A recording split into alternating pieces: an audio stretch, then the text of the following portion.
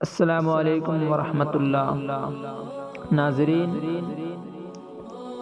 یہ واقعہ بہت ہی مشہور و معروف ہے اور میں یقین کے ساتھ کہہ سکتا ہوں کہ یہ واقعہ آپ ضرور سنے ہوں گے، مگر یہ واقعہ جو میں آپ کو سنانے جا رہا ہوں صرف اس نیت سے کہ اللہ تبارک و تعالیٰ کے بارگاہ سے ہمارے دلوں کا کنیکشن جڑا رہے۔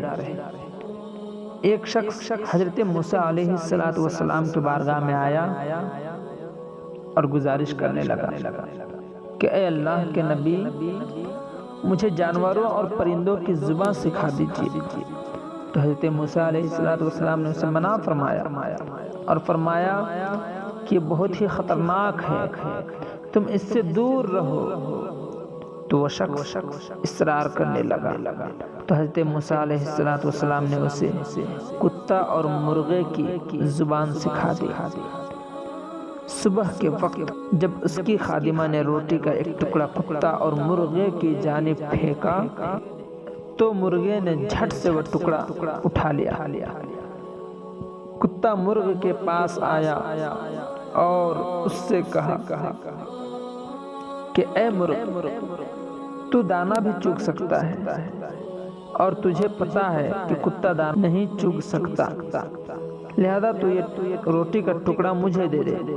مرغ نے کتے سے کہا چپ ہو جا، غم نہ کر، کل آقا کا گھوڑا مر جائے گا اور اللہ تبارک و تعالیٰ تجھے پیٹ بھر کر کھانا کھلائے گا۔ مالک ان کی بولی سمجھ رہا تھا، لہذا اس نے فوراً اپنا گھوڑا فروخت کر دیا اور اپنے آپ کو نقصان سے بچا لیا۔ دوسرے دن بھی مرغ روٹی کا ٹکڑا لے اڑا تو کتے نے مرغ سے شکایت کی اور کہا کہ تو جھوٹا ہے۔ مرغے نے کتے کو تسلی دی اور کہا کہ گھوڑا تو مرا ہے لیکن دوسرے کے گھر میں، اب تو فکر نہ کر، کل مالک کا کھچر مر جائے گا اور اسے صرف کتے ہی کھا سکیں گے۔ مالک جو ان کی بولی سن رہا تھا، اس نے کھچر کو بھی فوری طور پر فروخت کر دیا۔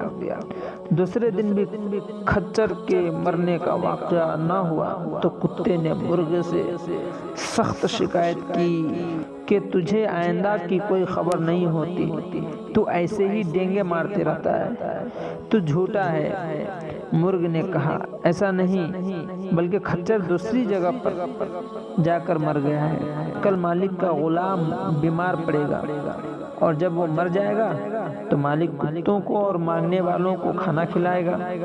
مالک نے یہ سنا تو غلام کو بھی بیچ ڈالا اور بہت خوش ہوا کہ وہ کتے اور مرغے کی بولی سیکھ کر بڑی دانائی اور حکمت سے کام لیا ہے اور اپنے آپ کو نقصانات سے محفوظ کر لیا ہے۔ یہ سوچ رہا تھا کہ کس طرح ہم نے تین نقصانات اور مصیبتوں کو اپنی دانائی اور عقل مندی سے ٹال دیا ہے، لیکن چوتھے دن اس محروم کتے نے مرغ سے شدید شکایت کی اور اسے جھوٹے، فریبی اور دغاباز کہا۔ مرغ نے کہا میں اور میری قوم جھوٹ سے بہت دور ہے، ہم صبح کے وقت اذان دیتے ہیں، مگر جب ہم بے وقت اذان دینے کی عادت ڈال لیں تو لوگ ہمیں ذبح کر دیتے ہیں۔ وہ غلام فوت ہو چکا ہے، ہمارے مالک نے تو اپنا مالی نقصان بچا لیا مگر اپنی جان پر بوجھ لے آیا ہے۔ مرغ نے اگلے دن مالک کے مرنے کی خبر کتے کو دی اور بتایا کہ اس کے مرنے کے بعد اس کے گھر والے گائے ذبح کریں گے اور کھانا تقسیم کریں گے۔ یہ سن کر وہ شخص حضرت موسیٰ علیہ السلام کی جانب روانہ ہوا، کیونکہ انہیں معلوم تھا کہ اب مجھے اللہ تبارک و تعالیٰ جل شانہ کے نبی حضرت موسیٰ علیہ السلام کے علاوہ کوئی نہیں بچا سکتا، اور بارگاہ کلیم اللہ میں بھاگے آ کر پہنچا اور آ کر سارا قصہ بیان کیا اور کہا کہ اے اللہ کے نبی، میں بہت ڈرا ہوا ہوں، اس لیے کہ کتا اور مرغ کی تینوں باتیں سچی تھی۔ تو حضرت موسیٰ علیہ السلام نے فرمایا کہ اے شخص، یہ تو فطرت کا اصول ہے کہ جب اس کے کمان سے تیر نکل جاتا ہے تو میں بھی اسے واپس نہیں کر سکتا۔ ہاں، میں تیرے لیے سلامتی کی دعا کر سکتا ہوں۔ تیری طرف قضا نے 3 دفعہ نقصان کے لیے ہاتھ بڑھایا، جو تو نے اپنی تدبیر سے اسے لوٹا دیا۔ اگر تو ایسا نہ کرتا تو قضا تیری مالی نقصان سے پلٹ جاتی اور یہ بڑی مصیبت اس قدر جلدی سے تیرے سامنے آ کر کھڑی نہ ہوتی۔ اب اس سے راہ فرار نہیں، یعنی اب تمہاری موت ہے۔